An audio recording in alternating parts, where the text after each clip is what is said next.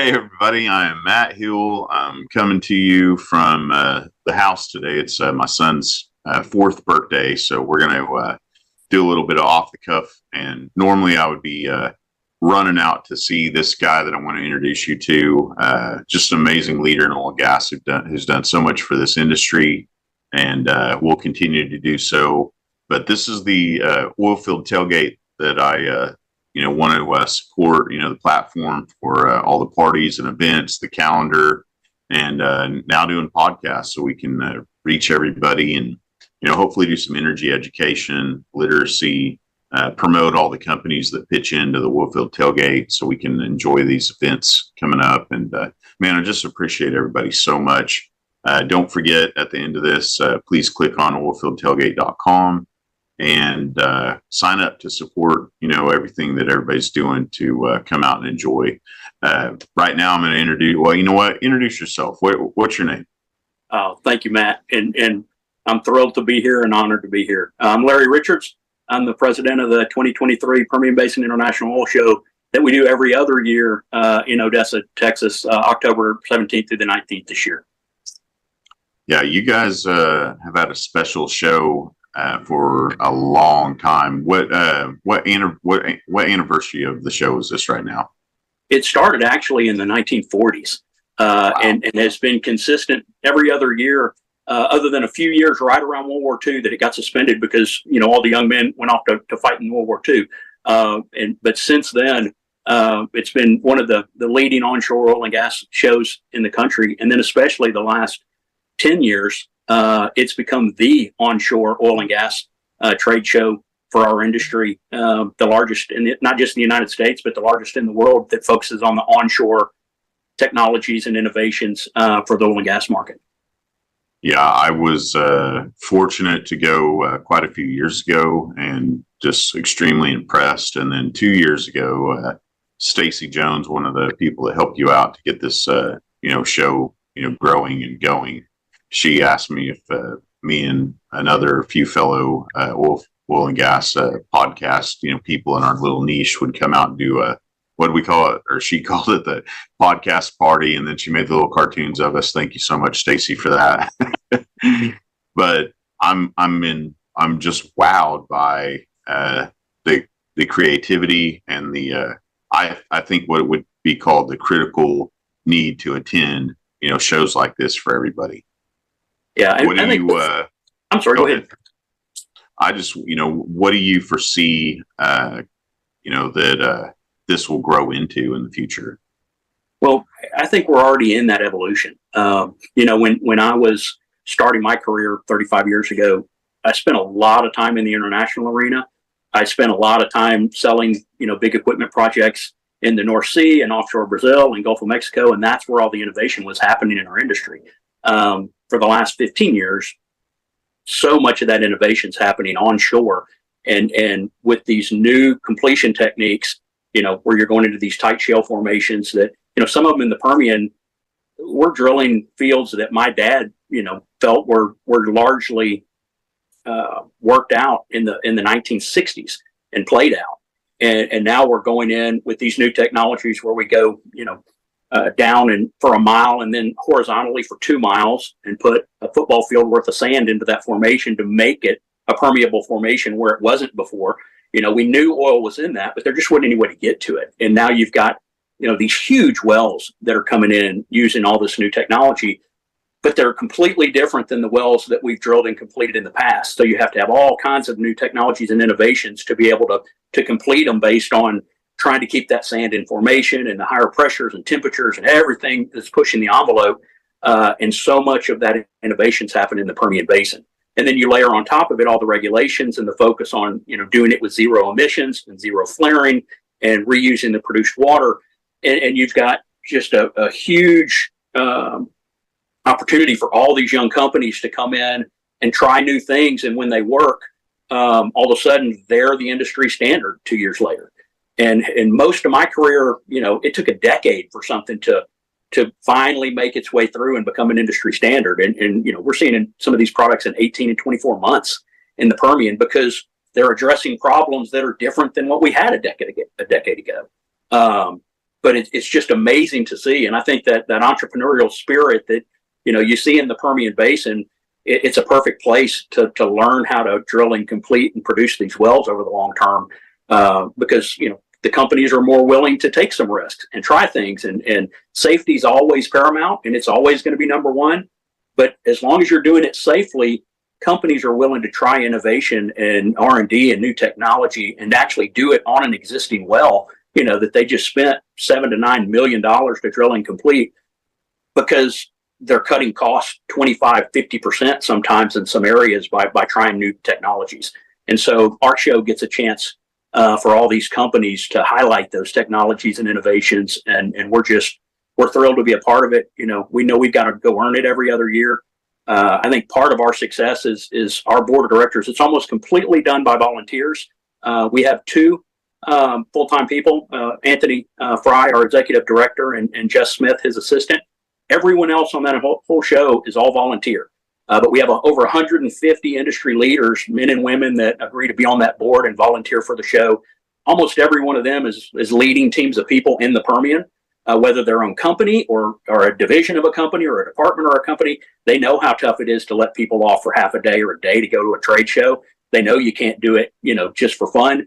There has to be a return on that investment, because people's time is really valuable. So we try to make sure when somebody, decides to come to our show, they're getting their money's worth and more, from, making it easy to park, to get to the show, to get in and out, and then make sure that our exhibitors, are there showing stuff that's proven in the field, but it's truly state of the art. And we think this year we're knocking the cover off the ball in that regard. We've got just some really cool tech that's going to be out there. I noticed right away a couple of years ago, and maybe it's just I'm paying more attention these days because, like you said, there's more and more ways to go out and drill new wells or ensure that, legacy wells we extend the life of, or go out and save them. I'm all for saving every possible well. Plugging and abandoning, is the last resort. And so many engineers now, they may not want to go work in a cubicle and do new drills their whole career. They want to go out and scoop up, older wells that we have available for a lot of people, or, bigger companies that be marginal. But nowadays, I know a couple dozen now that have said, hey, I'm kind of wanting to go out and venture on my own. All these wells are available for me to scoop up and, reevaluate and extend the life of. And they're happy with this, what is considered to them, a big well. So at your show, there is something for everyone, and there's something for everyone to showcase, no matter the budget. I mean, there is endless amounts of ways to sponsor that event or take part in. And you guys have really found, and this is to the admiration of all your volunteers. They're extremely passionate, even though they're volunteer, to be, on hand to help everybody that wants to be involved. And they have looked for, if you've got a company and you're an entrepreneur and you don't have a giant, pool of money to come to that event, that they will figure out a way for you to be there and participate and network and get your product and service out to all the people that, you might find a partner with. No, you're exactly right. And it's a great point because, I exhibited at OTC and trade shows all over the country with my previous companies, and some were a good investment, some were not. But the Permian Basin Oil Show has always been one of the best, most cost-effective trade shows, and especially if you layer in the fact that it's in the most active basin in the United States. We have over 20,000 attendees walking through that door, and that so many of the oil and gas companies and the major service companies all make it a point to not just allow their people to go, but encourage their people to take a half a day or a day and coordinate it, in order to let them be exposed to all this different technology and innovation and things that can improve safety or efficiency on the job.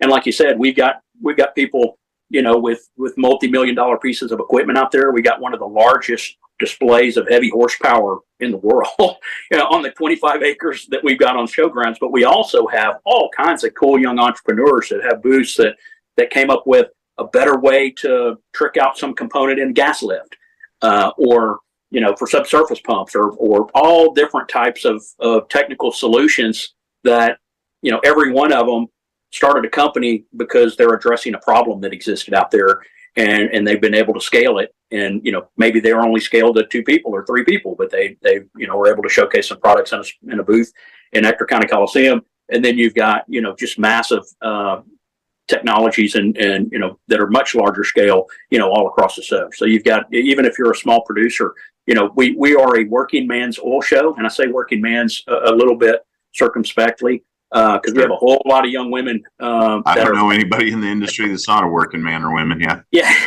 Work harder than everybody, even if it's unappreciated by, a big population of people that may not understand what we do, or even appreciate it or thankful for it. We're still going to go out and do our very best to create reliable energy. So. And I was just saying the men part of it, because there's a whole lot of really hard working women in our industry now, as well, and have been for several decades, but especially you see it in the Permian when you got, so many young female engineers that are coming out of A&M and LSU and all these wonderful OU and different schools, Colorado School of Mines, that their first stint is in the Permian, and they're getting to a lot of authority to try some really cool things out there.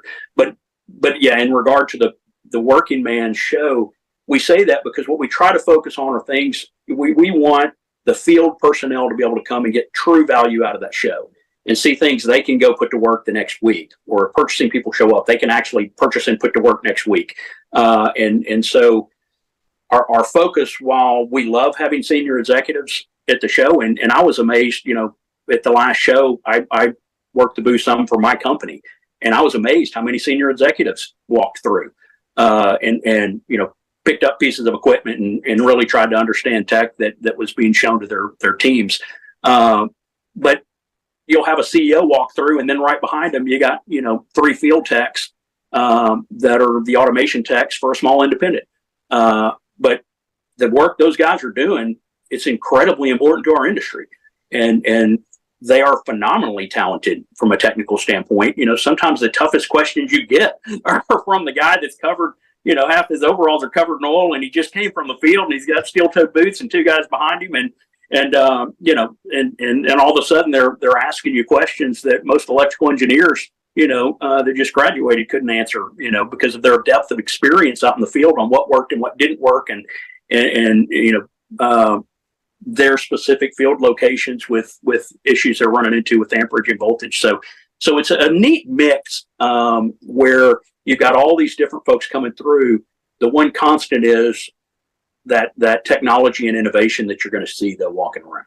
And I think that's probably what makes us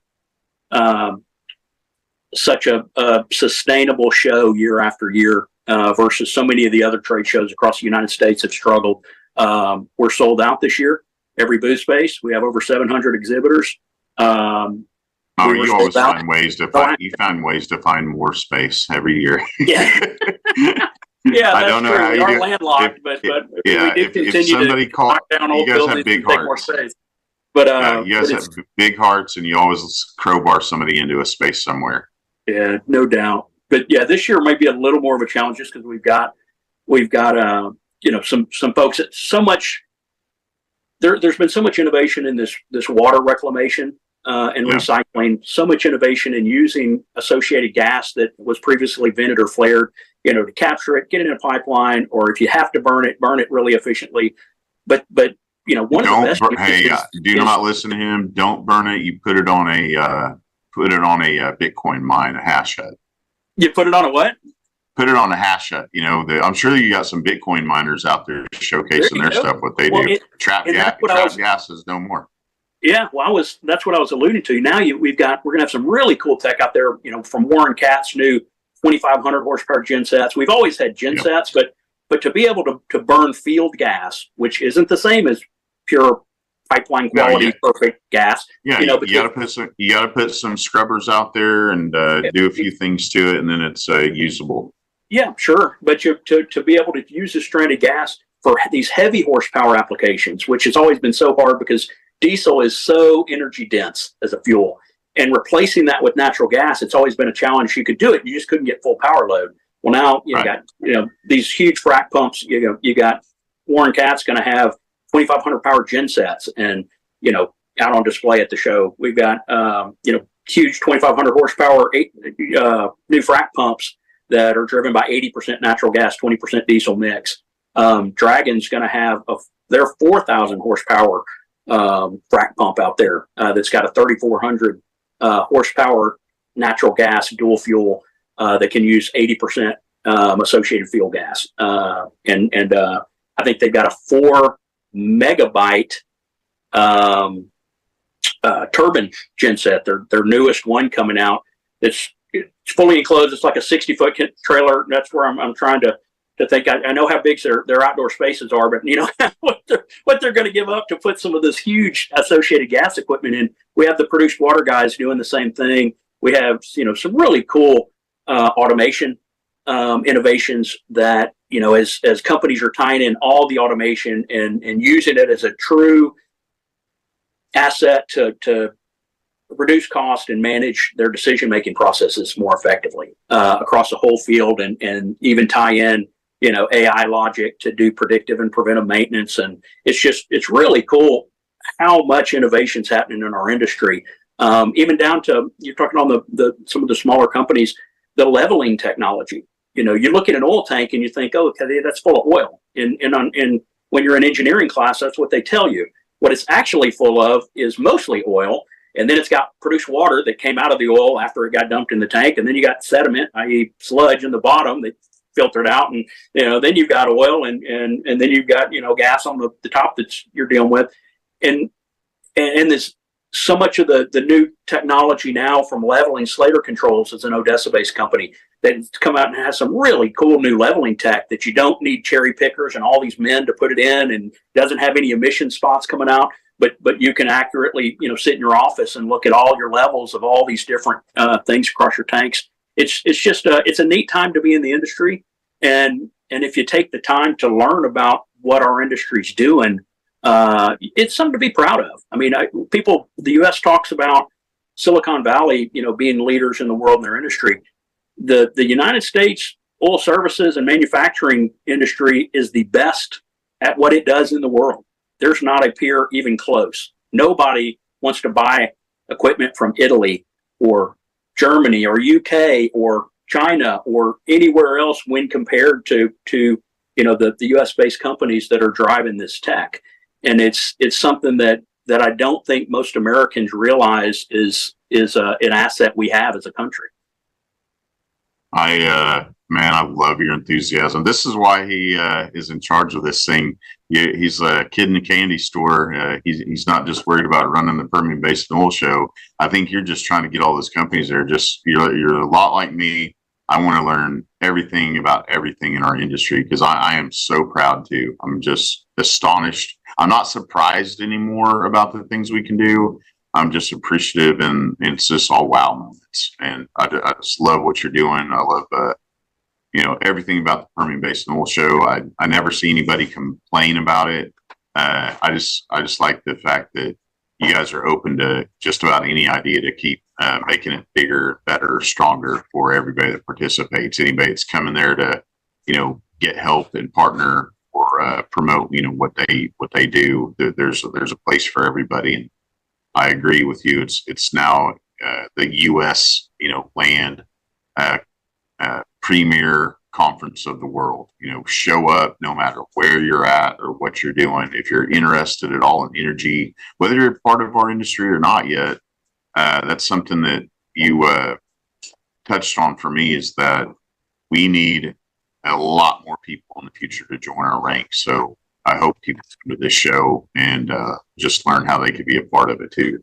Yeah, I think they'll see a lot of cool things. And to that point, because so much of the press we get as an industry, is one-sided and negative towards what we do. And to, my point to everyone I meet that works in our industry and everybody who's considering it, I'm incredibly proud of our industry. I'm incredibly proud of the impact we've had. And I'll give you 2 quick anecdotes. This year, 2023, according to the United Nations, about 8% of the world population lives in what they define as abject poverty, which is about $1.90 US a day or less. Wow. And it's terrible that 8 or 9% of the world lives in abject poverty. And you know, I think we've made good strides to try to reduce that. But what's shocking is if you go back 200 years before that, in 1823, the percentage of humans that lived in abject poverty by that same metric adjusted for their time frame was 80%. 80% of every person on the planet lived in near starvation basis. And that was true for 100 years before that and 100 years before that. And every time they ever looked, you know, the reason there's no pictures or any hand-me-downs from anyone in my family prior to, you know, about 1870 is they didn't have 2 nickels to rub together, and neither did 80% of any other family in the United States or anywhere else in the world. And what changed that in large part was the Drake well being drilled. And all of a sudden you've got this low cost transportable source of energy that's available to everybody. And we've been able to enjoy a lifestyle and material comforts and everything else that our great grandparents couldn't have dreamed of, you know.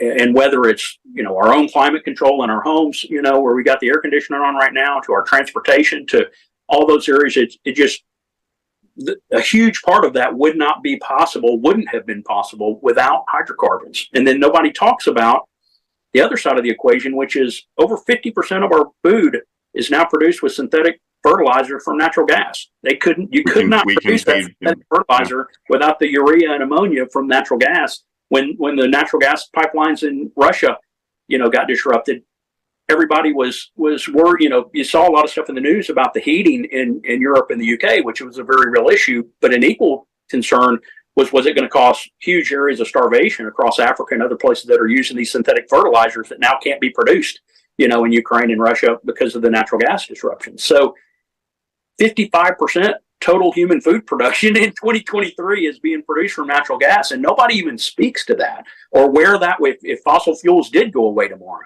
And don't get me wrong, I'm a conservationist. I'm an outdoorsman. We're the best stewards of our own land. Absolutely. Yeah, we have got to be stewards of this natural resource, this God-given natural resource. I think we need to focus, to your point earlier, on these lower wells. You know, we need to focus every hydrocarbon molecule that's produced. We need to figure out how to capture it and produce it. And if we can't, then we need to hang on, you know, keep it where it is until we can produce it effectively for future generations. Because I think it's that unique. But to have the majority of all the dialogue be, you know, that the oil and gas industry are the bad guys in the last 100 years is just a bit mind-boggling to me.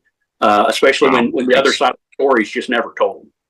It's just education. You know, we were talking about the other day when the digital podcatters were in town and gave us, you know, a good talk. Is we're not going to change hearts and minds on, you know, someone that doesn't want to listen unless we come, you know, from a good place in our hearts, you know, that, you know, God gives us the ability to talk to anybody. So let's do that. Let's have a conversation. But it should be, you know, a good conversation. It should be asking them questions about what they think, what they believe, giving them opportunities to learn from us with humility and humor. So there's a lot we can do to educate the other side. Yeah, I agree. And listening, you're right. Listening is a big part of that as well. So it's got to be a two-way conversation. Well, I love listening to you. I want to keep doing it, but I know you're busy because you're keeping this show going. But you know, this is always a human factor for me too. So I want to know just a little bit more about you before I let you get back to life. Where did you grow up? Oh, interesting. I grew up right north of New Orleans, in a little town called Mandeville, and was there. Had a really wonderful childhood there. Some of still my best memories. And then went to high school right north of Houston in Kingwood. My wife and I both went to Texas A&M. We met there, and we've been married. Sandra and I've been married 34 years now, and have 2 boys in their 20s that I'm just immensely proud of. And we Sandra followed me. I think we moved 12 times the first 9 years we were married. So God bless her. You must be a good catch. I mean, she must have I'd probably ask her when I saw her, like, did did you really just outkick your coverage to chase him that much? Do you bow just a little bit every time you see him? Yeah, well, I can promise you, I outkicked my coverage getting hurt. We all do. That's the understatement of the year. But I've just been so blessed that she stood by me through all the different deals. And then I got my start when I was still in college. Worked for Sun Oil Company a couple summers in their engineer training program, but ran with roustabout crews, one in a heavy oil field in East Texas, and then one with a real high pressure gas field in South Texas.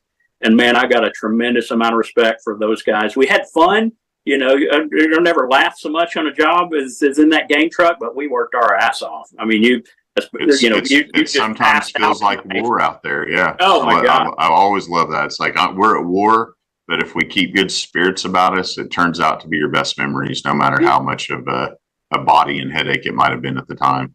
Yeah, no doubt. But then in midway in '86, I tell people, I planned to be a petroleum engineer like my dad, but the downturn in 1986 and Texas A&M convinced me after 2 long years that I wasn't a petroleum engineer. But I was doing pretty good. But in '86, every penny that was graduating was going to work as a bartender because they're just the industry had just stopped. And I switched my major. All that talent just fled us. Sad. Yeah, and that's these cycles are so detrimental to our industry. But I switched my major to business, and Sandra graciously waited an extra year for me to get out of school. And then my first real job in the oil field was for a company called Continental Emsco, and we second largest drilling rig manufacturer in the U.S. We had all kinds of equipment. We built production equipment, every kind of production equipment you can build, and did well servicing rigs, a couple of different things at a big 500,000 square foot plant down there in South Houston, and learned my ropes there. Was over their parts and service for a number of years, but it let me understand, when you got a rig down, somewhere in the middle of Venezuela, it's pretty serious to figure out how to get it solved. Too sweet. So it was great experience. I just had some wonderful mentors there. I was there about a decade.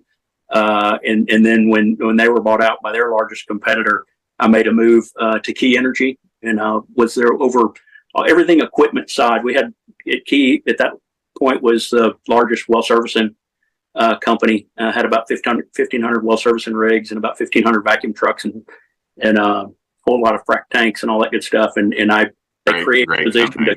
Yeah, it was, and I haven't been involved with it in years, but at that point it was doing a lot of acquisitions. They had their largest acquisitions, and it was just a great team of people. But 3 years into that, I got a chance to run my own company, which is what I always wanted to do, and left them to go join a little company out in West Texas called Highbond Engineering. It was a company that I actually set up as a subcontract manufacturer for Continental Emsco on their vapor recovery units years before.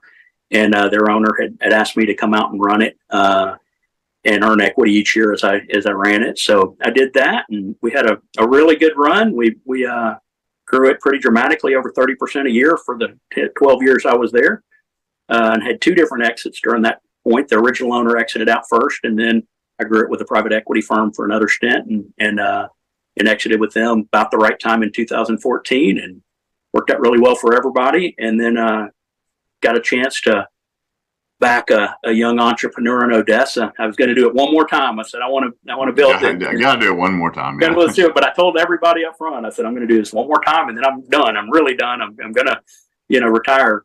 And we did. And here you are running the Permian Basin oil show. Well, Tony does all the heavy lifting. I get to do the easy part, but it's backed a young entrepreneur that was actually Entrepreneur of the Year there in Odessa by the Small Business Association, but a really neat guy that started this business from scratch.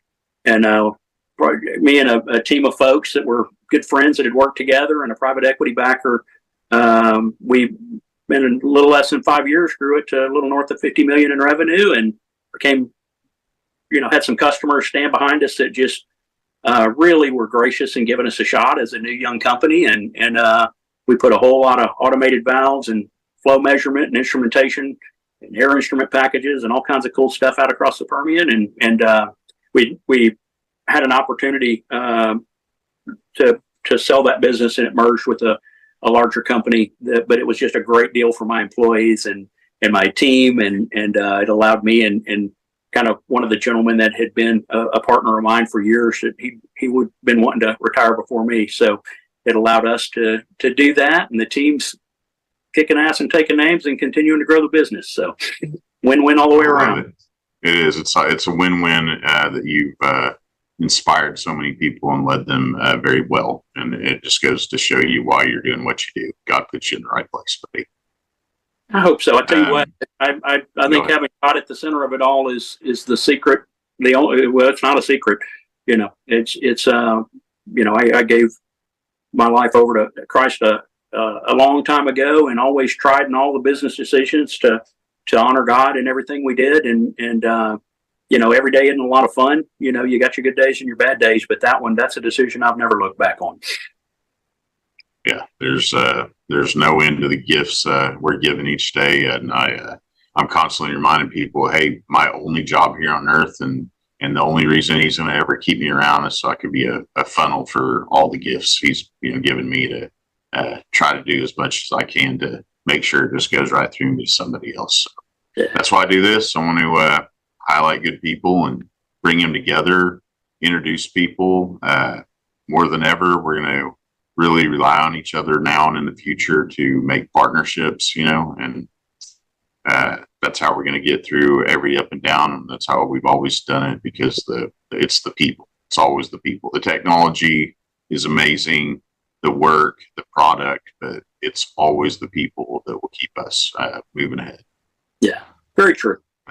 And that's why I want 30,000 people this year to come out to the Permian Basin Oil Show, maybe 50. I don't know how many people we can get to start getting tickets to fly in.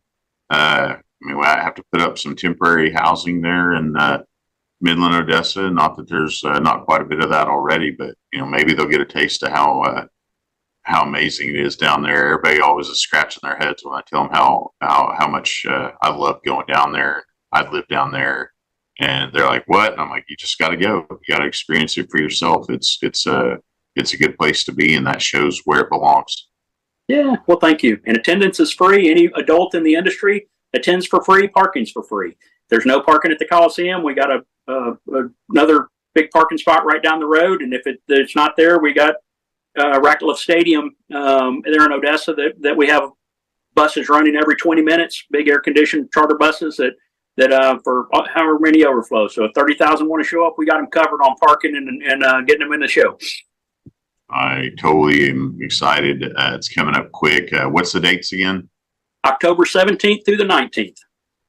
And for all those watching still, Permian Basin Oil Show website's what? It's PBIOilshow.org.